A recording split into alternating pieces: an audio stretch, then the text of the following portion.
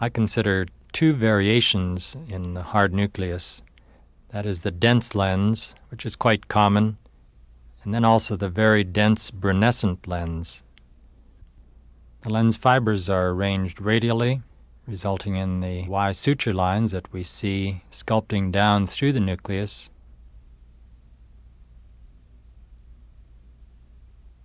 These fault lines are used to fracture the lens with instruments deep within the nucleus. So we have radial orientation of fibers, and then the layers of fibers added throughout life that create lamellar zones, as well as the radial fault lines through which we can fracture using the divide and conquer technique. Now, this animation of the surgeon's view will illustrate the crater divide and conquer nucleofractus technique for dense brunescent nuclei. After central sculpting, the nuclear rim is divided into multiple sections, and then each section is brought to the center for emulsification. This very dense brunescent lens, with light perception vision only, no red reflex, will illustrate these techniques.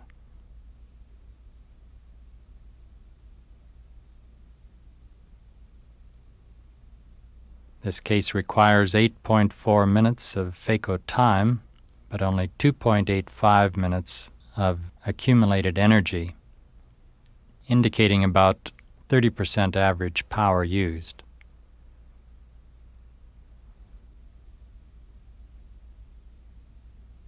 Note the rotation of the lens, which is facilitated by adequate hydrodissection to remove the central part of the nucleus, and to note that the sculpting is done in the upper part of the lens, ending the sculpting stroke just past the center of the nucleus.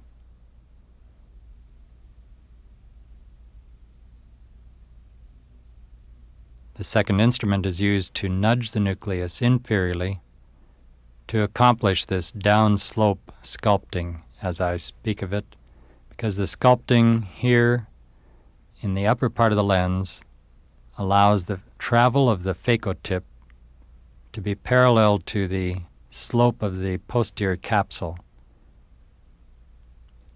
And that's a concave slope, so it's like sculpting down the slope of the posterior capsule.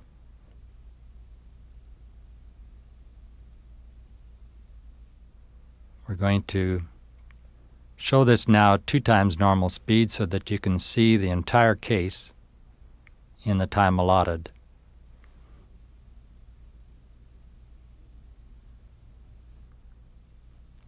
We are trying to thin the posterior portion of the nucleus to try to get rid of the posterior plate of the nucleus, to facilitate fracturing the nuclear rim.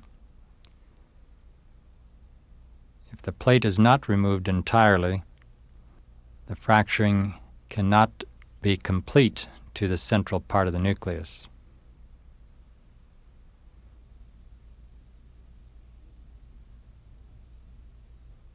You can see the necessity of the second instrument to rotate and stabilize the nucleus, as well as to fracture it.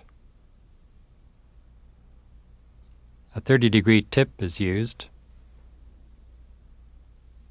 which has less chance of going through the nuclear rim here and puncturing the capsule.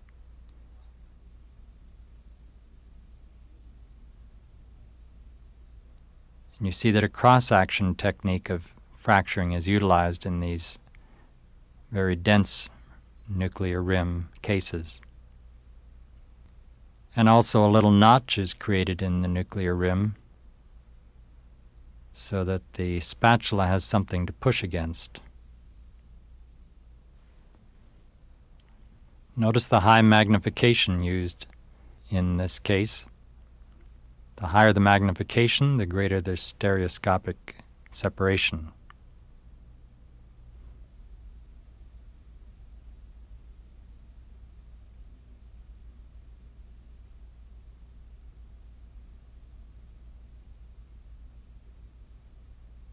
Without a pink fundus reflex, it's also helpful to dim the room lights and to use high illumination on the surgical microscope.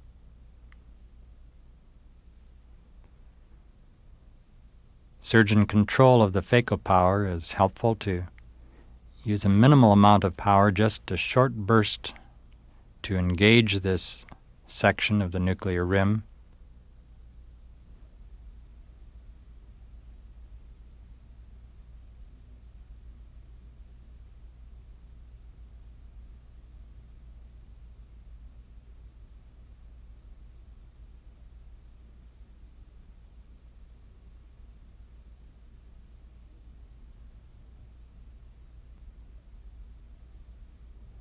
Many small segments were fractured because a large segment, a quarter of the lens, would create too much bulk to rotate the segment into the center.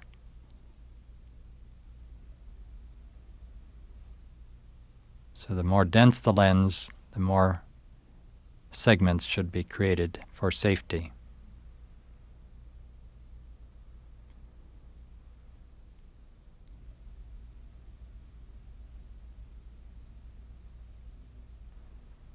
Notice how they're brought to the center of the pupil for the emulsification, and then at low power settings, just sufficient to emulsify without bouncing the tip away from the port. Flow rate of about 23 cc's a minute, or even lower at about 18, works well for this stage of the operation.